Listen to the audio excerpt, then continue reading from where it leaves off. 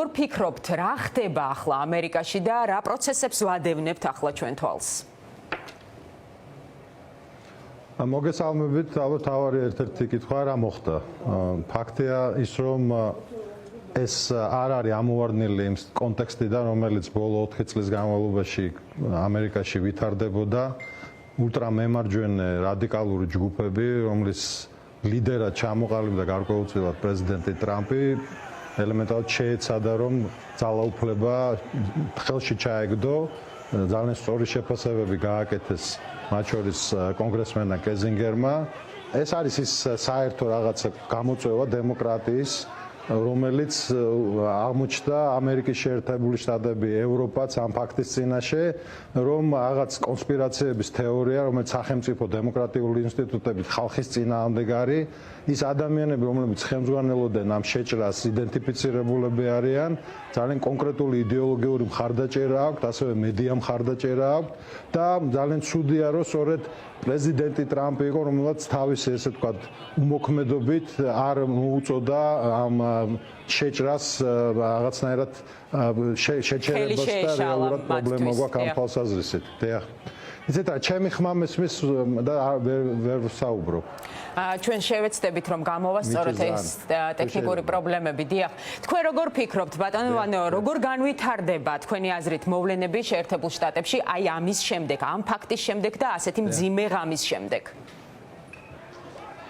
ფაქტია რომ განვითარდა ძალიან კარგად, იმიტომ რომ ვიცე-პრეზიდენტი პენსი დადგა სწორედ დემოკრატიის, დემოკრატიული ინსტიტუტების, დემოკრატიული პროცესის მხარეს, მას ტრამპი მოუწოდებდა მის მხარდამჭერებთან ერთად, რომ გაეკეთებინა გარკვეული, ესე ვთქვათ, ბლოკირება ამ პროცესის, რომელიც არჩეულ პრეზიდენტ ბაიდენს არ მისცემდა საშუალებას, რომ ყოფილიყო დამტკიცებული სენატის და კონგრესის მიერ, ასევე ძალიან დიდი ნაწილი რესპუბლიკელების დემოკრატებთან ერთად წინააღმდნენ.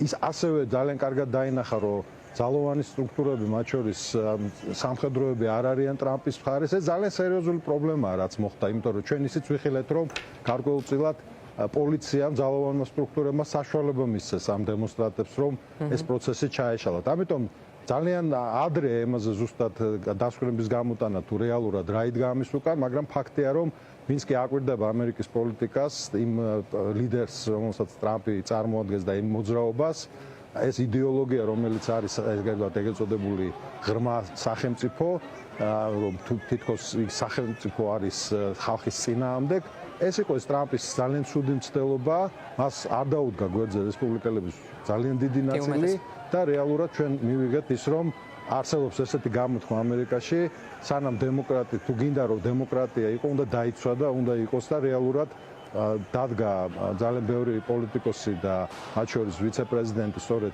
რესპუბლიკის მხარეს. ამერიკის კონსტიტუცია არის ყველაზე უზენაესი დოკუმენტი ნებისმიერი პოლიტიკოსისთვის.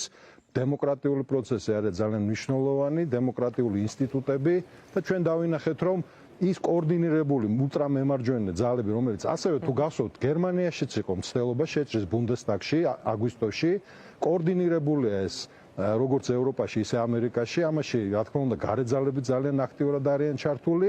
ძალიან ცუდია, რომ ტრამპმა სწორედ სახელმწიფოს მიტაცებას სცადა ამ თვალსაზრისით, ეს უნდა იყოს მაგალითის სხვებისთვისაც, სოფლიოს სხვადასხვა კუთხეში, მაგრამ ცხადია, რომ ამერიკამ კიდევ ერთხელ აჩვენა, რომ მისთვის ინსტიტუტები, კონსტიტუცია, დემოკრატიული პროცესი არის მნიშვნელოვანი. ეს პოლიტიკური ტრენდი, რაც ახლა ვითარდება, ძალიან მნიშვნელოვანი იყო, რომ 30-იან წლებშიც იყო ესეთი პოპულიზმი, ულტრამემარჯვენე და აი სახელმწიფო დღეს სოფლიო ამის გამოწვევის წინაშე არის და ეს ძალიან ცუდი პრეცედენტი იყო, რომ სწორედ ამერიკაში დავინახეთ და გერმანიაში დავინახეთ აი ესეთი გამოვლინება ულტრამემარჯვენეობის. ბატონო ვანო, ერთი კითხვა მინდა დაგისვათ, ჩვენ რამდენიმე წუთის წინ მოვისმინეთ სენატორ შაჰინის განცხადება კონგრესში სიტყვით გამოსვლისა, სადაც მან ძალაუფლების მშვიდობიანი გადაცემის მაგალითად 2012 წლის ქართული არჩევნები დაასახელა. თქვენ თუ ხედავთ აი ამ პარალელებს და როგორ ფიქრობთ, რატომ გაახსენდა სენატორს 2012 წლის არჩევნები? სწორედ ამიტომაც გაახსენდა, რომ როდესაც შენ სახელმწიფოს მიტაცებას ცდილობ სხვადასხვა მეთოდებით, რაც რეალურად პრეზიდენტ ტრამპის ძირითადი გზავნილი იყო, მას არჩევნები მოპარეს, სახელმწიფო ინსტიტუტები მის წინააღმდეგ იყვნენ.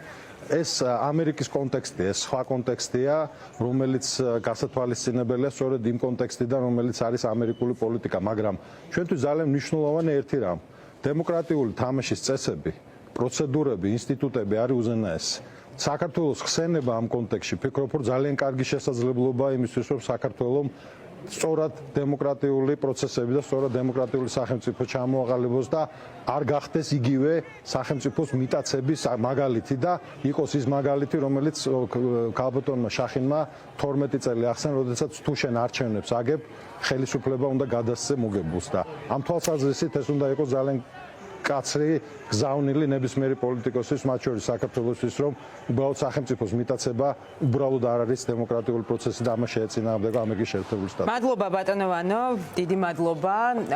მადლობა თქვენ. ჩვენს კითხვებს პასუხობდა ექსპერტი ივანე მაჭავარიანი, დიდი მადლობა, მას დავემშვიდობებით.